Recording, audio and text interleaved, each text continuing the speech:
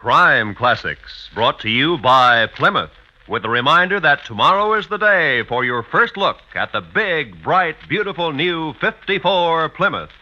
On display tomorrow. Good evening. I am Thomas Hyland with another true story of crime. Listen.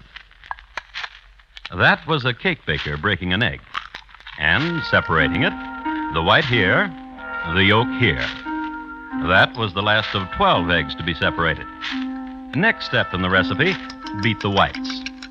Our cake baker is French and a good baker, too, so, of course, the cake will be of a lightness and a delicacy that... a cake that kisses back.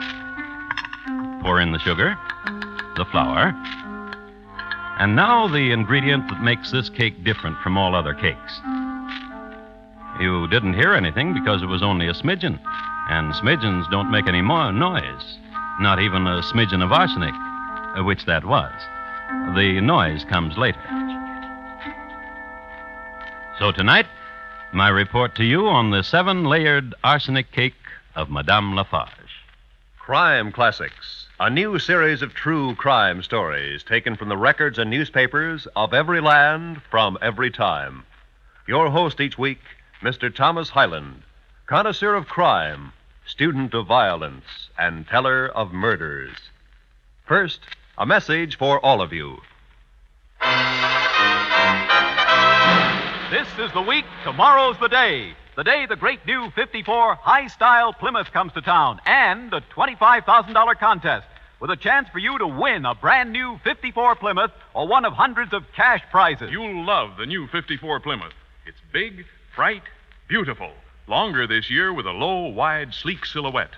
And inside, Plymouth brings to the low-price field the luxury of high-style interiors with an exciting array of new fabrics and color combinations for you to choose from. Power steering is available in the new 54 Plymouth. Full-time power steering to help you every mile you drive. And you like the way it makes parking in tight places a cinch because it does 80% of the work for you. 3 new Plymouth lines this year, too. New Plaza, New Savoy, New Belvedere. 3 separate lines, and in every line a wide selection of body styles and color combinations to choose from. The 54 Plymouth has 64 new features and advancements. Yes, it's 64 for 54. And tomorrow's your day for a first-hand look at this dramatic new car. Tomorrow starts the Big Plymouth contest, too. So be sure to get your entry blank from your Plymouth dealer when you go in to see the big, bright, beautiful new 54 Plymouth tomorrow. And now, once again, Mr. Thomas Hyland and his report on the 7-layered arsenic cake of Madame Lafarge.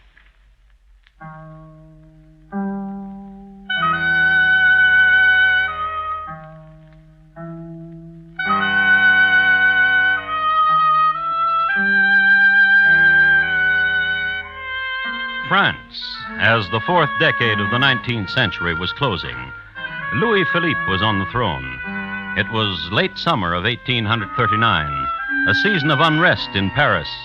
In the dark alleys and dank cellars, a populace seethed and grumbled and wrote slogans in chalk on the cobblestones, phrases such as allons, à bas, en avant, aux guillotines, which meant that in this stage people were either for things or against things, or wanted them up or down or forward or guillotined. This was in the city. But a few kilometers away in the country, in Glandier, it was peaceful. Summer was dying gently, and the folk took their cue from nature. I'm quite sure she will be eminently satisfactory, madame. Her name is Marie Fortuné Capello. It is music, no? Marie Fortuné Capello. Is she rich? She has 25,000 francs in her own name. Marie Fortuné Capello. She will make a most excellent daughter-in-law to you, madame. I personally will guarantee it. Huh? I only meant that she is of quality.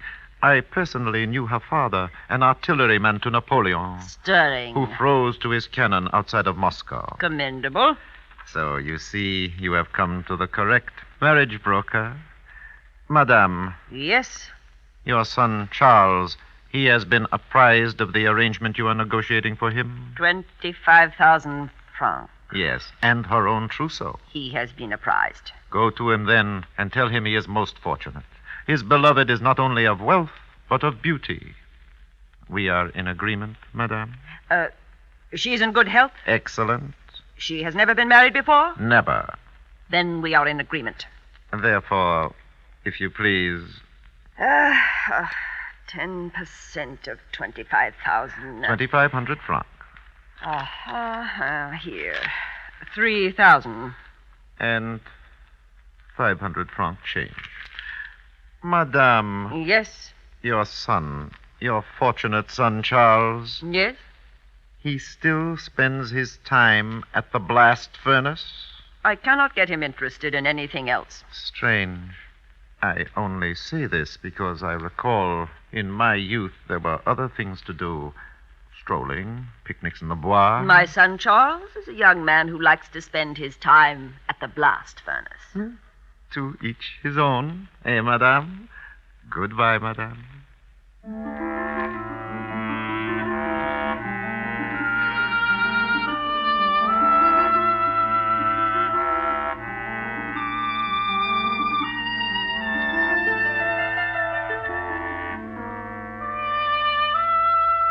Charles Lafarge was one of those rare individuals who was just a natural-born smelter, an unsung Bessemer, as it were.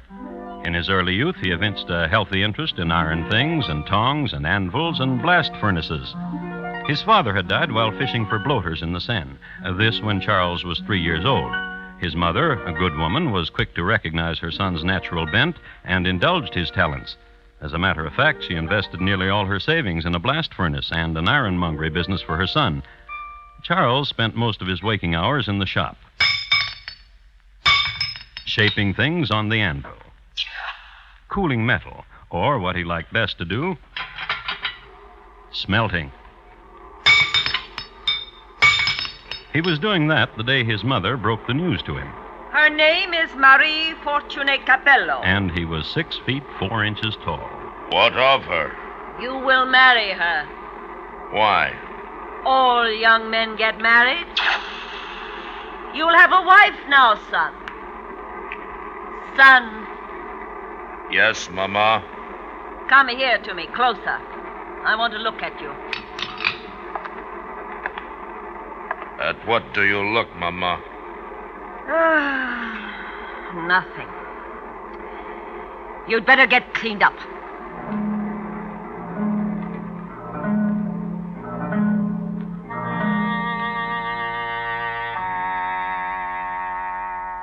And he did. Charles got cleaned up. He bathed, shaved, and got into the clothes of a gentleman of the country.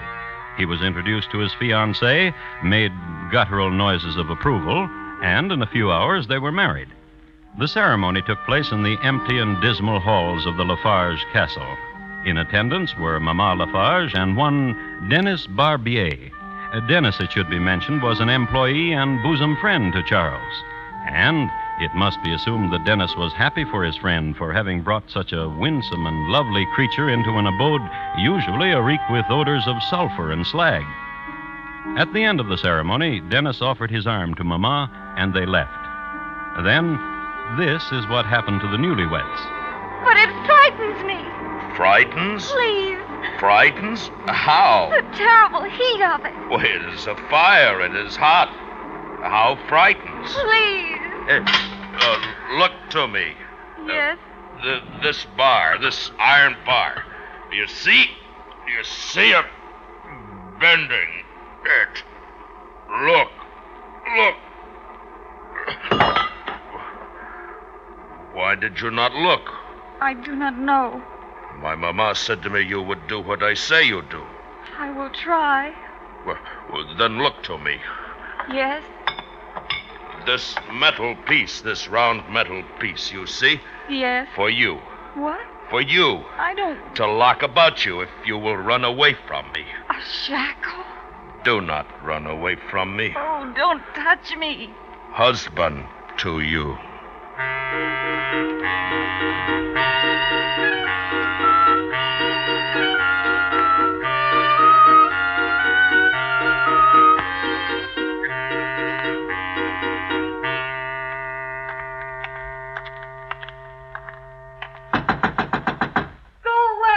It is not your husband, madame. It is I. It is Dennis. It is Dennis. Dennis.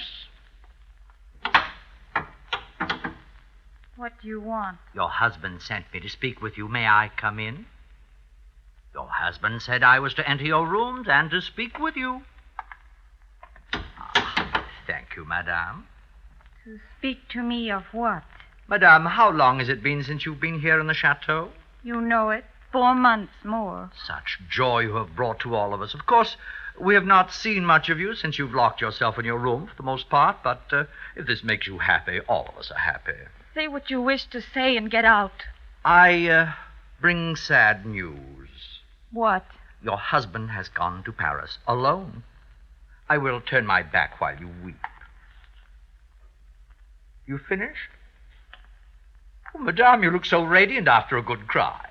When did he go? This morning. Oh, He has a plan for a blast furnace, a new principle.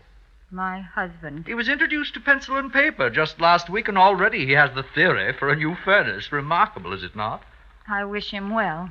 He asked me, shy man that he is, to say another thing. The 25,000 francs, which is banked in your name, he wishes it. Where are you, madame? Poor madame. Where are you, madame? I would give it to him. Just a while ago, below at the furnace, he fashioned a thing. Oh, it's diabolical, the equipment your husband can make. Before he left, he lifted it up with both hands and said, "Just my wife's size." Ugh. And if I give it to him? He will have compassion for you. He says only that. He will honor your desire to remain alone. Very well. Oh, you are a good wife. Oh, a word. Yes? I, too, have compassion for you. You must understand that. Compassion? Why? Your husband is a brute. He is a brute. He is also an imbecile. Yes. He is better off if he is dead. Yes. What? I said yes. He is better off if he is dead. Of course he is. Madame, I take your leave.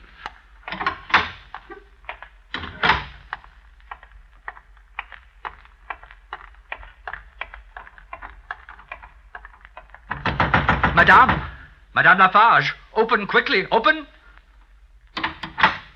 Monsieur Dennis, Madame, what are you doing in my chambers? a terrible thing, so terrible. What are you talking about? What she has said. Who? The wife of your son. She said What? Oh, What is it? that she wished your son dead. I'm sure every wife in the world has wished her husband dead at one time or another. But the way it was said. How? With a kind of madness, with a curling of the lips, a clawing of the hand, with hate, with purpose. I wish my husband dead, she said. The heavens give me strength to make it so, she said. No. Yes.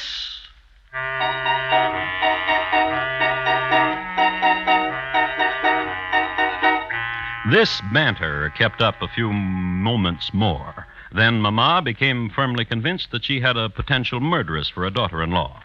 Dennis, on the other hand, went to the pharmacy and bought some arsenic.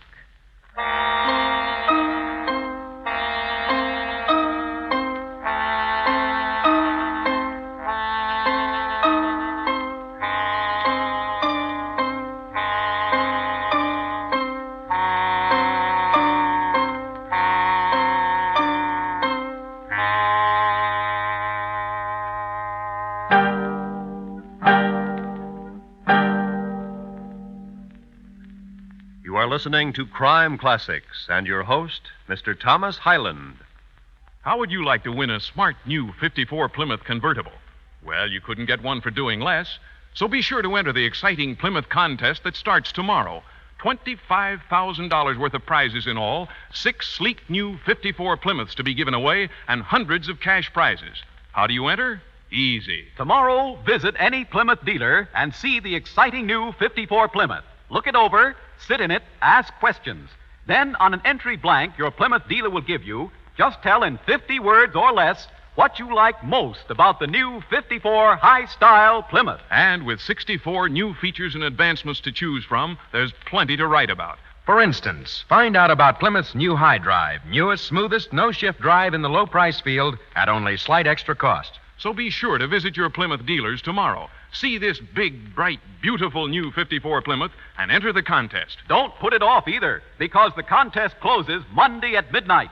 Be sure to see the new 54 high-style Plymouth tomorrow. And now, once again, Thomas Hyland and the second act of Crime Classics and his report to you on the 7-layered arsenic cake of Madame Lafarge.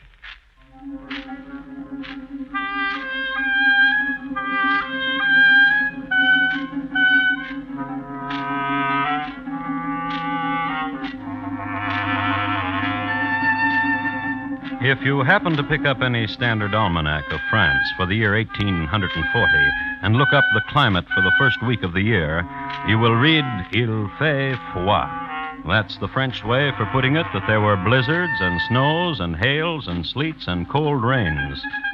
As a matter of fact, this was one of the most miserable weeks in the annals of French weather. It is only legend, but it's worth mentioning. A freak storm up from the provinces caused a fall of frozen bloaters on the banks of the Seine. And northward, in the town of Glandier, the blizzard swirled bleakly around the parapets of the Lafarge castle. But on the main floor, in a kitchen lighted by a roaring blaze and warmed by a scene of domestic enterprise... Now you must take the dough and roll it. There, on the table of my aunt. Your aunt must have been too generous, Madame Lafarge, to have given you so much furniture. Knead the dough, daughter-in-law.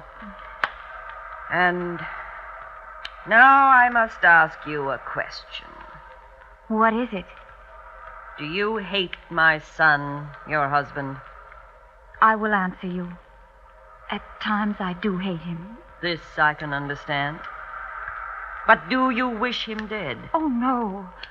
Oh, perhaps in a burst of fury, yes, but... Oh, no, he... Yes? Like a child. Like a small child. Dennis said... What? Nothing. Dennis is so quick to take offense. He cares so much for my son, have you noticed? Truly a friend, truly. I feel for your son. Somehow, right now I feel for your son a warmth. So the baking of these cakes, which I will send to him in Paris. I am the most fortunate of mothers-in-law. I have resolved to give my marriage every chance to forget what has happened. Therefore, I will do as my husband bids. You will send him the money? All of it that is in my name. 25,000 francs? To the sou. I will send it along with the cakes. Marie. Yes, dear mother-in-law? You are good. It is important that Charles build his blast furnace. When that is done... Never mind. Here, will you put the dough in the pans? There should be enough to fill those 5 small ones. Gladly. I will wash my hands and write Charles a note. You'll find the pen on the desk of my aunt. And when you are finished, we will put it with the cakes and the money. And Dennis will mail all of it. Let me kiss you. And they offered each other their cheeks.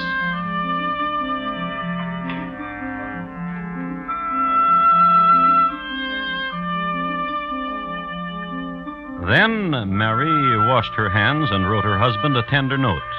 Madame Lafarge put the cakes, 5 small ones, into the oven, which her aunt had willed to her, and dozed for a while in her aunt's favorite chair. Then the cakes were ready. They were iced and wrapped. Into the parcel was then inserted an envelope containing 25,000 francs, and a few words of encouragement and endearment and new resolution. Then... Dennis? Madame and Madame. Dennis, take this parcel and mail it to Monsieur Lafarge in Paris. It contains cakes and money, so mail it with dispatch. And Dennis, my mother-in-law and I would appreciate an opportunity to become more... Well, you may spend a few days where you wish, Dennis. Not here. Not here, Dennis. Not here, Dennis.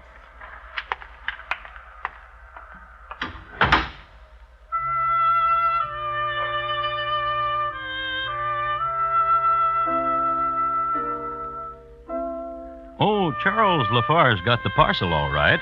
It was mailed all right, and he got it. But if you think for one moment that Dennis was there when it arrived, you're right. So, my dear friend Charles, I thought that you would be lonesome in Paris. So many of the young men get lonely in Paris. You are good. So I thought to... Now, who could that be? Charles. Charles? Now, who could that be? May I see? I will see. Oh. Well, thank you. A package for you, Charles. A package? Yes, it is. May I open it for you? I will open it for you. It's from Glandier. From your wife. What could it be? I feel kindly toward my wife. Perhaps Yes? when this of the blast furnace is done, when I get back to Glandier, I A will... cake. I like cake. Such a large cake. And here, an envelope. Oh, money. How much? 3,000 francs. I hoped she'd send the 25. Oh, there is a note here, too. Read it to me. Dear Charles, keep warm. Here is cake, here is money. Your wife, Marie. Charles, Yes? may I cut a piece of cake for you? I will cut a piece of cake for you. Myself, I will eat none of it.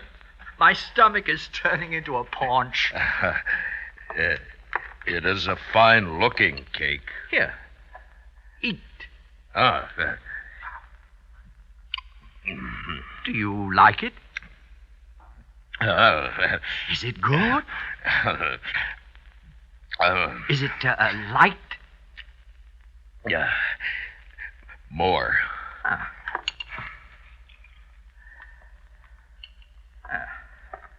Here, eat.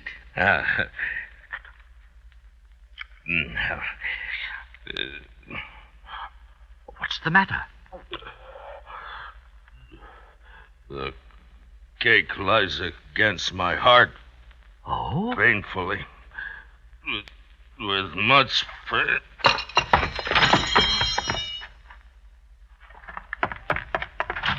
Help! Help! My friend is sick. Doctor! Doctor! My friend has eaten of cake and he is sick. His wife sent him cake and he is sick.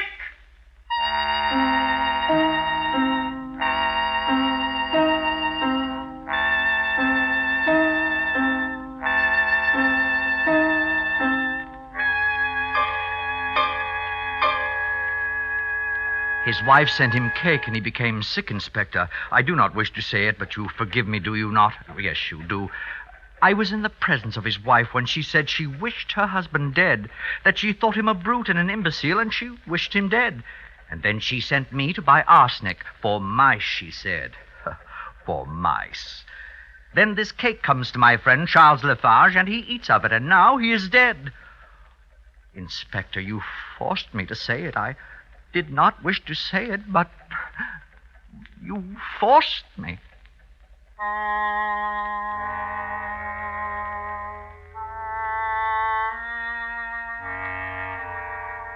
Marie Fortunée Capello Lafarge was arrested on the charge of murder. She was put in prison in January 1841 and brought to trial in July. It is safe to say that this period was a time of travail, for Marie lost 40 pounds, her golden hair turned to silver, and her youthful complexion turned ashen. These, in the main, were observations made by Raoul Lessy, the George Garvey of the Fourth Estate of that day. Nor, during the trial, were the interrogations less unmerciful. She was asked, first of all, whether she loved her husband. Less, perhaps, than other women. More, perhaps, than some. And did she ever say she wished him dead? No, not meaningly. May I make a statement? My name is Denis Barbier. Charles Lafarge was my good friend. We addressed each other in the second person singular, familiar as tu. I grieve for his death. I grieve that his widow has been placed in such a precarious position. Yet I am forced to say that I, Denis Barbier, friend of Charles Lafarge, did hear Marie Lafarge wish her husband dead meaningly. You provoked me. Poor little thing. You did. You provoked me. If you wish to say so, I will not disagree. Wife to my friend Charles Lafarge, now dead by poison. Of arsenic, indeed, which Dennis himself had purchased. I myself purchased the arsenic and gave it to you. It was for mice. For mice, if you wish to say so, I will never disagree. It was for mice. For mice. Ask my mother-in-law. Ask her. Madame Lafarge. Very well. I recall no mice. I run a clean chateau. And your daughter-in-law says for mice. I say you killed my dear friend Charles Lafarge. Murderous! No! Murderous! No! Yes! And what of the cake? There were 5 small cakes. There was but one cake, a large cake of 7 layers. Ask my mother-in-law. Ask her. Madame Lafarge. I do not remember. You yourself put them in those 5 pans. I do not remember. Murderous! No! Yes! And what of the money? From the bank, I took 25,000 francs and put them in the parcels. There was only 3,000 francs in the parcel. Murderous! Murderous! Murderous!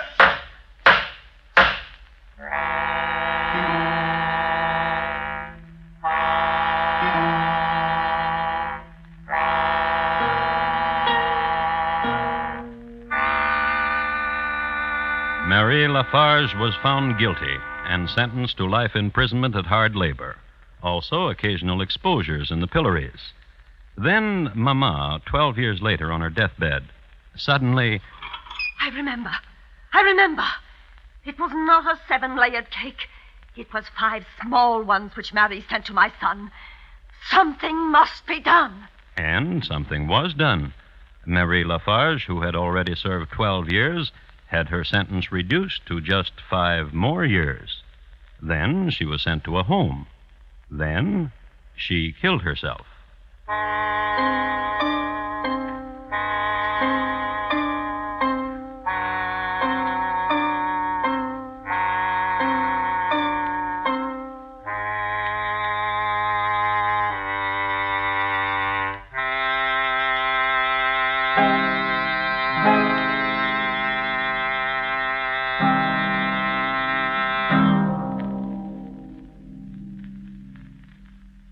Thomas Hyland will return in just a moment to tell you about next week's Crime Classic. It's big, the 54 Plymouth. It's bright, the 54 Plymouth. Big, bright, beautiful too. The 54 Plymouth is the car for you. Yes, the new 54 high-style Plymouth is the car for you, and tomorrow's the day to see it. Tomorrow's also the day to enter the big $25,000 Plymouth contest. You'll find all the easy rules and a complete list of prizes on the entry blank your Plymouth dealer has for you. So remember, you have a date tomorrow to see the big, bright, beautiful new 1954 Plymouth. And here again is Thomas Hyland. Next week, the broad state of New Mexico, at a time when it was worth your life to walk down the street, armed or unarmed, day or night. My report to you will be on Billy Bonnie Bloodletter, also known as the Kid. Thank you. Good night. Madame Lafarge, tonight's crime classic, was adapted from the original court reports and newspaper accounts by Morton Fine and David Friedkin. The music was composed and conducted by Bernard Herrmann, and the program is produced and directed by Elliott Lewis. Thomas Hyland is portrayed on radio by Lou Merrill. In tonight's story, Eve MacVeigh was heard as Marie, Irene Tedrow as Madame Lafarge, Joseph Kearns as Dennis, Edgar Barrier as Noonie, and William Conrad as Charles. Roy Rowan speaking.